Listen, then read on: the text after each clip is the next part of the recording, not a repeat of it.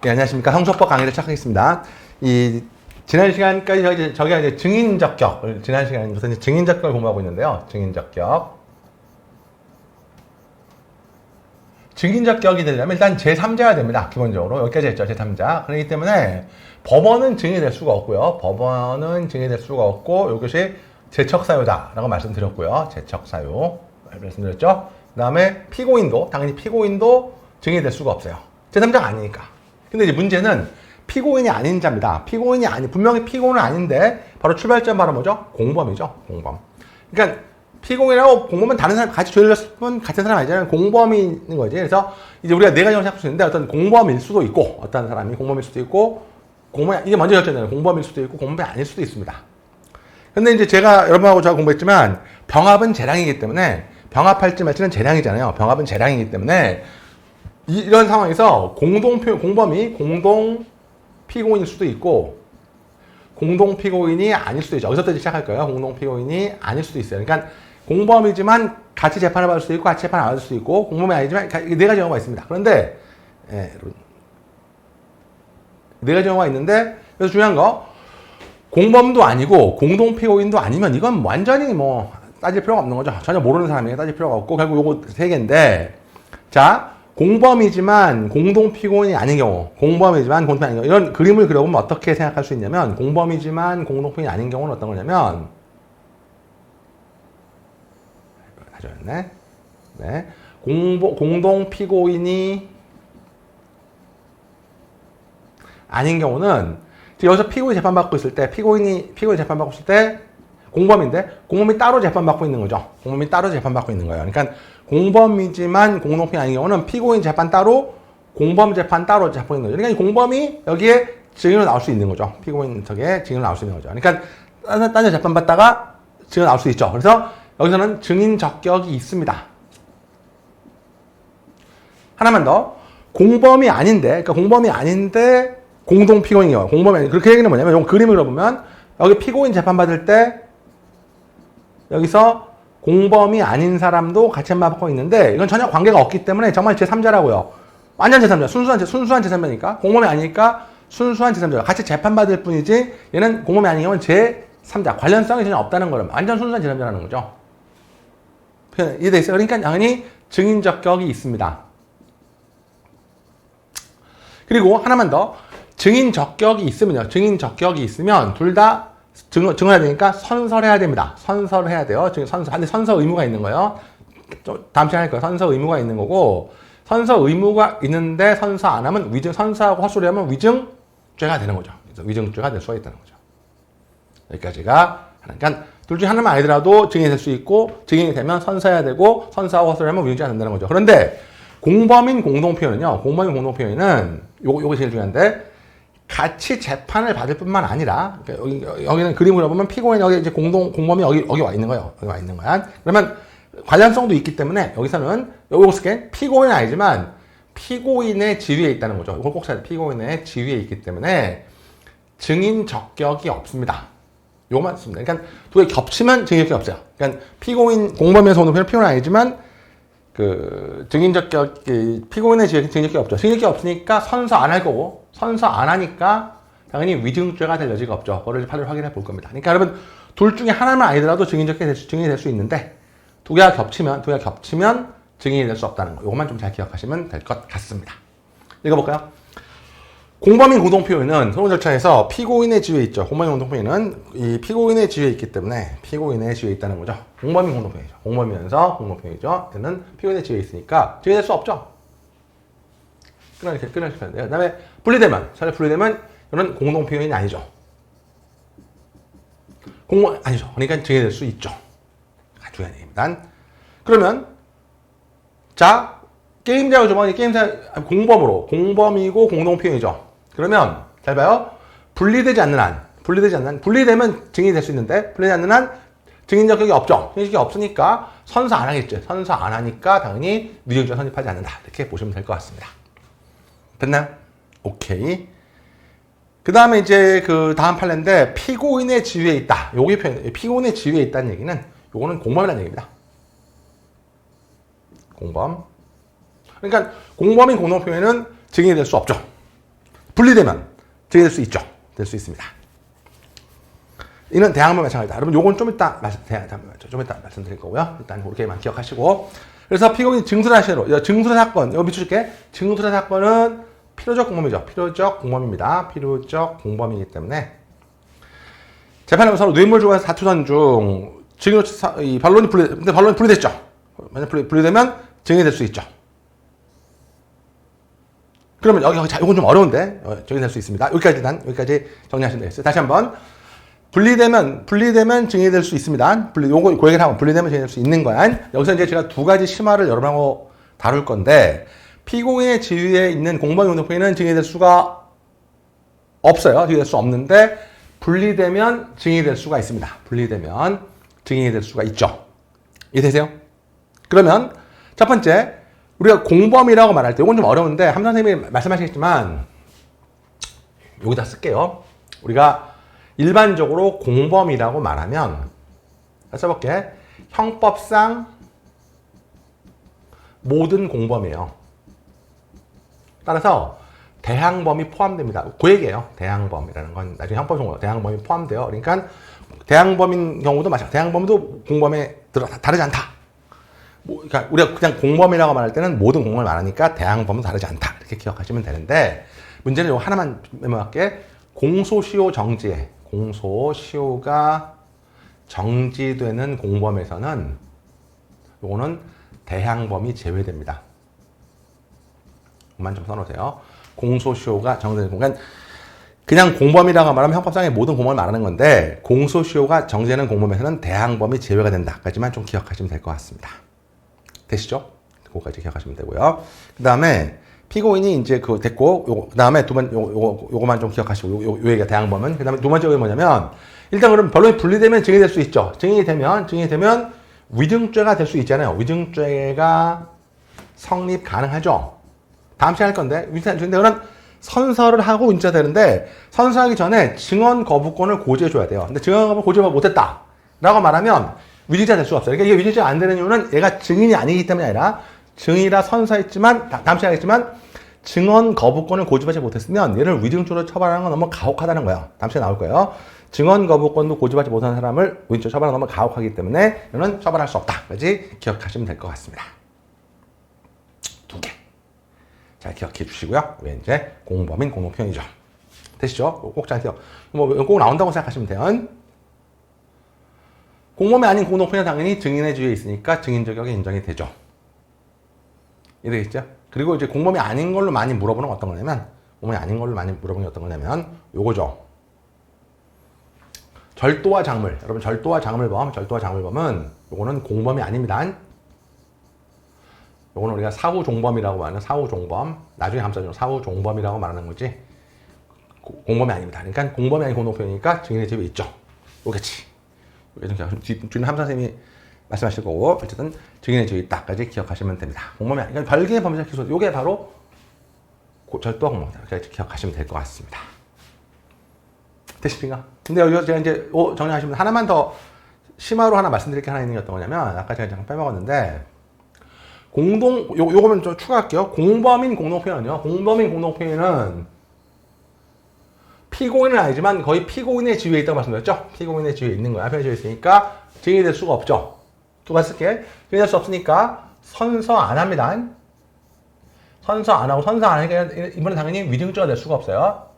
위증죄가 될 수가 없습니다. 그죠? 그런데 분리되면, 요거 쓸게. 분리되면 공범이라 하더라도 분리되면 증인이 될 수 있죠. 선서합니다. 선서하고 위증죄가 될 수 있죠. 물론 아까 말했듯이 그 증언과 보지 못했으면 위증 안 되지만 이거 예외적인 걸 빼놓고 위증 될 수 있죠. 그리고 여러분 위증 될 수 있고요. 증인이 되면 여러분 우리 앞에서 봤지만 형식적으로 이거 다 써놓을게. 반대 신문의 기회가 보장돼요. 왜? 증인 신문은 교호 신문이니까 교호 신문을 하기 때문에 형식적으로 완전히 반대 신문에 보장되죠. 그런데 공범인 공동표현은 증인이 될 수 없으니까 그러면 반대 신문의 피고인의 반대 신문의 기회가 보장되지 않는 거니? 뭐 이렇게 생각할 수 있다는 거예요. 하지만 요걸 꼭 써야 돼. 우리 판례는 증인이 될 수 없지만 공동표현은 공판을 서로 진술하잖아요. 따라서 꼭 써야 돼. 그래서 실질적으로 반대 신문의 기회가 보장된다는 걸 꼭 써야 돼. 실질적으로 반대 신문. 그러니까 이렇게 서로 같이 막 진술하다 보면 서로 막 싸우니까 실질적으로 반대 신문의 기회가 보장되기 때문에 증거 능력이 인정된다. 여기까지 좀 메모하시면 좋겠습니다.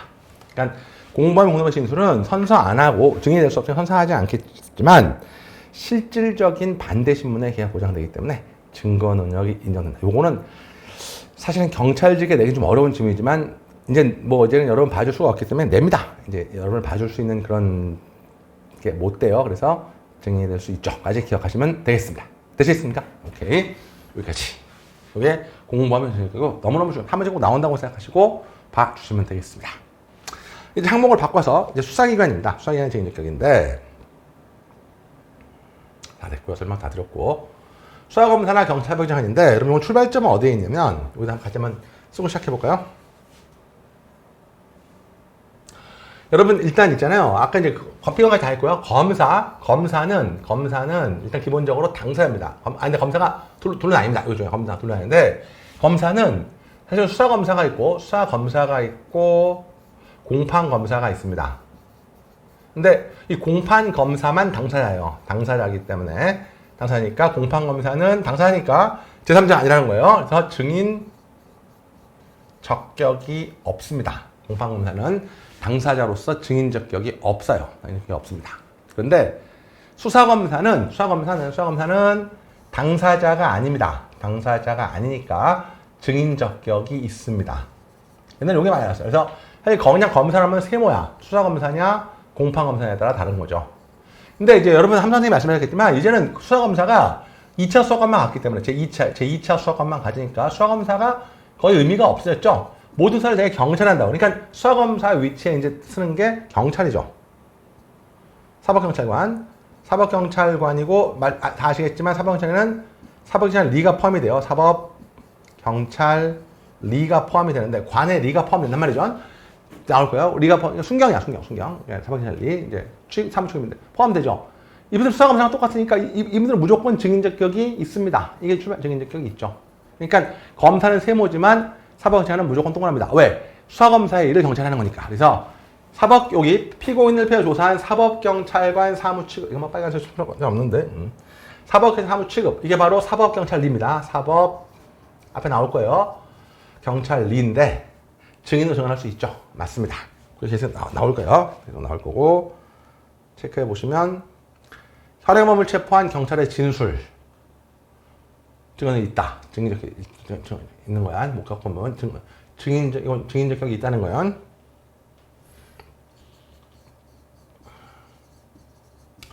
그 다음에 경찰공무원 제3자 수사담당 정원 시 증인적격이 부정할 수 없다. 근데 요 표만 좀 가르칠까? 수사를 담당하는 여부에 관계없이. 그러니까 이 얘기 뭐냐면 수사를 했더라도 제3자라는 거야. 수사를 안 했으면 당연히 제3자고 수사를 안 했으면 그러니까 수사 안 하고 그냥 뭐 경찰 전반에서 증언할 수도 있죠. 그럴 땐 당연히 제3자지만 수사를 했더라도 경찰이 증인적격이 있다는 거죠. 그래서 거기 보시면 됩니다. 됐습니다. 뭐 이번 됐고요. 근데 이제 문제는 뭐냐면 여러분 하나만 좀 써볼게요. 요건 이제 하나님 말씀하시겠지만 제가 높아심에서 하나만 더 말씀드릴 거 어떤 거냐면 요거 기억하시고 꺽수 예반 안 봐야 되고 자 써볼게요. 자 경찰의 증인적격, 경찰 증인적격 두 가지를 물어볼 수 있는데 첫 번째, 자 동그라미 1번 쓸게요. 사법경찰관이 조사 과정에서 피고인의 진술을 증언한 경우 한번 놓으세요. 사법경찰 조사 과정에서의 피고인의 진술을 증언한 경우에는 특신 상태만 있으면 인정되면 증거 능력이 있다. 이게 316조 1항의 조사자 증언제도입니다. 이건 전문법 시간이 중요한데 제가 다룰 뿐만 아니니까 써만 놓으세요. 사법시간 조사 과정에서 피고인의 진술을 증언하면 뭐만 있으면 특신 상태만 인정되면 증언이 있다고 좀 표시하시고요. 2번 수사기관이 현행범 체포 과정을 증언한 경우 피고인 자백에 보강 증거가 된다. 두 번째입니다. 수사기관이 현행범 체포 과정을 증언한 경우에는 피고인 자백에 뭐가 된다? 보강 증거가 된다까지 기억하세요. 이 두 개가 이제 수사기관의 증언인데 이거 써만 놓으세요. 써만 놓으시고 이거 두 개만 잘 정리하시면 될 것 같습니다. 요거 두 개만 기억하시면 되겠어요. 되시고요. 됐죠? 그 다음에 됐고 이제 증인의 의무입니다. 증인의 의무인데 요거 쓰셨죠? 다시 한번 새로 말씀을 드리면 사실은 여러분 수사 단계에서 목격자나 피해자가 아닙니다. 이렇게 하면 안 되지. 다시 새로 지울게요. 범죄 단계에서 뭐 범인도 있겠지만 범인이 있겠고요. 목격자, 피해자가 있겠죠. 범인이 공격하는 걸 목격하는 사람도 있을 거 아닙니까? 이렇게 있겠지. 근데 이게 수사 단계에서는 범인이 피의자가 되고요. 공판 단계에 들어서면 범인이 피고인이 되는 거죠. 같은 사람이에요. 피의자가 피고인이 됩니다. 그런데 피해자나 목격자가 수사 단계에서는 참고인이 되고요. 참고인이 되고 공판에 들어가면 증인이 됩니다. 이것만 조심하면 돼. 그러니까 수사 단계에서의 참고인이 공판 단계에서 증인이 되는 거고 이걸 합쳐서 이거를 제3자라고 부르는데 제3자죠. 범인과 범인 제3자. 그래서 참고인이나 증인이 됩니다. 참고인이나 증인이 되는 거야. 여기까지 이해되시죠? 참고인이나 증인이 되는데 문제는 뭐냐면 공판을 수사를 지배하는 사람은 수사기관이고요. 수사를 지배하는 사람은 수사기관이고 공판을 주도하는 사람은 법원인데 우리 법원만 명령할 수 있다는 거예요. 명령할 수 있는 사람은 법원만 되고 수사기관은 명령할 수가 없는 것이죠. 법원은 명령할 수 있고 수사기관은 명령할 수가 없습니다. 이해되십니까? 법원만 명령할 수 있고 수사기관은 명령할 수 없기 때문에 여러분 그래서 참고인 조사는 임의 수사예요. 그 얘기는 뭐냐면 법원은 수사기관은 명령을 못하니까 참고인은 아무런 의무를 부담하지 않는다는 거예요. 임의 수사로서. 그런데 법원은 명령할 수 있다 그랬죠? 그러니까 증인 신문은 앞에서 했지만 강제 처분입니다. 강제 처분이기 때문에 증인은 각종 의무를 부담한다는 거예요. 각종 의무를 부담한다는 것이죠. 그러면 의무가 첫 번째가 뭐냐면 바로 출석 의무라고 생각해요. 증인은 출석할 의무가 있다는 거예요. 출석할 의무가 있고요. 출석 의무가 있으면 첫 번째 기억할 거 출석 의무가 있으면요 소환됩니다. 소환. 옆에다 쓸게. 출석할 권리가 있는 사람한테는 검사들이 통지해 줍니다. 통지해 주는데 출석할 의무가 있으면 소환한다는 것까지 기억하시면 될 것 같고요. 그만 기억하시면 되고요. 그 다음에 요건데 여기 증인 거부권자. 증인 거부권자는 요건 공무원입니다. 공무원은 증인을 거부할 수 있으니까 증인이 안 되는 거니까 출석 의무조차 없는 거예요. 요만 기억하면 돼. 공무원이 증인이 안 되는 거야. 증인이 안 되는 거니까 뭐 증인은 아예 나올 필요가 없는 거죠. 출석할 의무. 요걸 좀 표시해서 알아두시면 좋겠고요. 그 다음에 법원은 소환장에 송달, 전자표 상당한 번씩 소환한다 이렇게 돼 있는데 요것도 이제 오는 너무 심화라고 적으시고 증인 소환은 상당한 방법으로 하죠. 상당한 방법으로 하는데 여러분 보다 피고인 소환은요. 피고인도 출석하는 피고인 소환은 소환장에 송달로만 됩니다. 요만 기억합니다. 그러니까 피고인은 송달로만 돼. 근데 증인은 꼭 송달까지 필요 없어요. 전화, 통화 이런 걸로 다양한 방법으로 할 수 있다까지 기억하시면 되고요. 그 다음에 2항, 증인을 출석한 자는 증인 신청은 보통 검사인데 검사는 증인이 출석하도록 노력을 해야 돼요. 검사가. 왜냐하면 소송의 신속으로 해서 가볍게 보시면 되고 뭐 이미 와 있다. 법원 군에 와 있다. 그러면 소환할 필요 없죠. 와 있으니까. 그 다음에 소환은 늦어도 24시간 내에 해야 돼요. 준비할 시간을 줘야 되죠. 그러나 급속으로 할 땐 그렇지 않죠. 여러분 경제학에서 모든 선택엔 대가가 따르죠. 법학에서는 모든 원칙에 예외가 있죠. 그러니까 급속으로 할 때는 예외 다까지 24시간 외워주시고요. 예외 다까지 알아두시면 되겠죠. 증인 소환은 다양한 방법을 할 수 있는데 24시간 전에 해야 돼요. 카톡도 24시간 전에 들어가야 돼. 근데 급속을 열는 예외다. 뭐 이런 정도 보시면 될 것 같습니다. 되시고요. 피고인 소환을 한 규정이 적용된다. 여기다 쓸게. 다만 피고인은 소환장 송달. 요것만 예외예요. 소환장을 송달해야 된. 증인 소환은 다양한 방법. 이렇게 좀 쓰시면 되겠어요. 그 다음에 이제 이번 시간에 제일 중요한 건 바로 이 판례입니다. 이 판례는 별표를 3개를 쳐줘야 돼요. 이 판례는 꼭 나올 판례입니다. 꼭 잘 기억하시고. 출발 시점은 뭐냐면, 애당초 법원은 신청한 증인에 대해서 채택 여부가, 들어본 적 있죠? 채택 여부가, 다시 쓸게. 신청한 증인에 대해서 채택 여부가 재량이에요. 그러니까 이 증인이 꼭 좋은 증인이라는 걸 보장할 수가 없기 때문에 원칙은 그냥 모든 원칙은 예외가 있는 거지. 제가 요새 꽂힌 말인데 경제학에서는 말했죠. 모든 선택엔 대가가 따르지만 법학에서는 모든 원칙엔 예외가 있어요.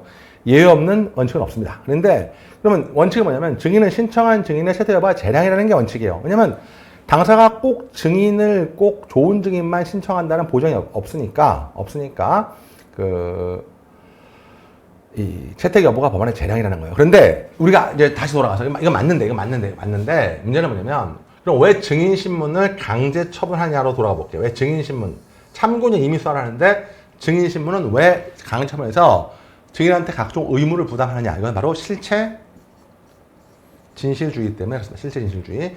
진실을 발견해야 되니까 증인을 꼭 신문할 증인도 있잖아요. 그러니까 그 강제 처분을 부과한 거죠. 이런 점을 고려할 때 느낌 오세요? 자, 그러니까 여러분 이렇게 유추해볼게. 성서법이 증인의 법정 출석 안전성 권한을 법원에 구현 취직 강제 처분으로 한 취지는 뭐냐면 사건의 실체를 규명하기 위하도록 하는 거죠. 즉 진실주의 때문에 그렇다는 거죠. 꼭 읽어보셔야 돼. 진실주의. 그러니까 따라서 이미 다른 증거를 통해서 뭐 충분히 실체가 확인됐다라는 이런 특별한 사정이 없고 그런 사정이 있으면 안 해도 되는데 다른 증인으로 충분히 이런 특별한 사정이 없고 그다음에 소재탐이라고 진짜 불가능한 게 아닌데 그러니까 필요도 있고 가능한데 요거죠. 불출석한 핵심 증인. 그냥 핵심 증인에 대해서 소재탐지나 구인장 끌어오지도 않고 증거 요청 취소하는 것. 이것은 법원의 재량을 벗어난다는 거죠. 그러니까 재량은 재량인데 핵심 증인이 안 나왔는데 그냥 그러면 너한테는 강제 처분을 준 거야. 왜? 진실을 발견하라고 줬는데 그걸 행사해보지도 않고 그냥 진실 기약한다는 것은 이것은 재량을 위법하다. 즉 재량의 한계를 설정해 놨다는 거죠. 이 한계 설정. 모든 재량 한계가 있다는 거예요. 이거 잘 기억하시고 이 판례는 출제가서 100%이기 때문에 꼭 잘 기억을 해 두셔야 되겠습니다. 되시죠? 오케이. 자, 그 다음에 됐고 그 다음 판례는 안 보셔도 되고요. 그 다음에 이제 동행명령이 나와 있는데 여기서 쓰면 돼요. 여러분 법원이 그냥 요만 하고 이제 잠깐 쉽게 잡아요. 법원이 있는 곳으로는 부르면 되잖아. 그러니까 파란색으로 쓸까요? 법원으로는 보통 소환한다고 해요. 소환하는데 제3의 장소로 가. 제3의 장소라고 쓰시고 이렇게 화살표에서 뭐냐면 증인신문은 공판정 외에서도 필요하다면 할 수가 있다는 거죠.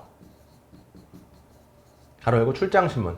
그러니까 증인을 불러서 신문할 수도 있지만 찾아가시면 출장 신문할 수 있다는 거죠. 다른 곳은 그러니까 공판정 외에서 신문할 수 있다는 거죠. 현장 가서 신문한다 그럴 수 있다는 거예요. 증인 얘기를 들어봐야 되니까. 그러니까 여기서 저걸 본 거예요. 그런 식으로 할 수 있다. 현장 업무할 수 있다는 거죠. 그래서 출장 신문할 수 있는 거니까 제3의 장소가 된다는 거예요. 공판정 외에서 신문하는 게 바로 신문할 수 있다는 얘기는 제3의 장소죠. 제3은 동행을 명령한다는 거죠. 왜냐면 법원으로 가야 되니까 같이 가자라고 하는 거예요. 같이 가자. 일로 와라. 같이 가자. 이렇게 되는 거죠. 법원으로는 소환, 제3의 근데 둘 다 안 나오면 둘 다 구인한다. 다음 시간에 구인하는 겁니다. 다음 시간에 할 거고요. 그래서 거부하면 구인할 수 있다까지 기억하시면 좋겠습니다. 거부할 때는 구인할 수 있다. 이 정도만 일단 기억하시면 좋겠습니다. 되시겠으면 다음 시간에 이거 비교해서 더 말씀을 드릴게요. 되시겠죠? 네, 일단 그래서 이번 시간 여기까지 하시고요. 다음 시간에 이제 요거 별표 좀 불출석의 제재, 다음 시간에 불출석의 제재부터 진도를 나가시겠습니다. 여러분 고생하셨습니다. 다음 시간에 뵐게요.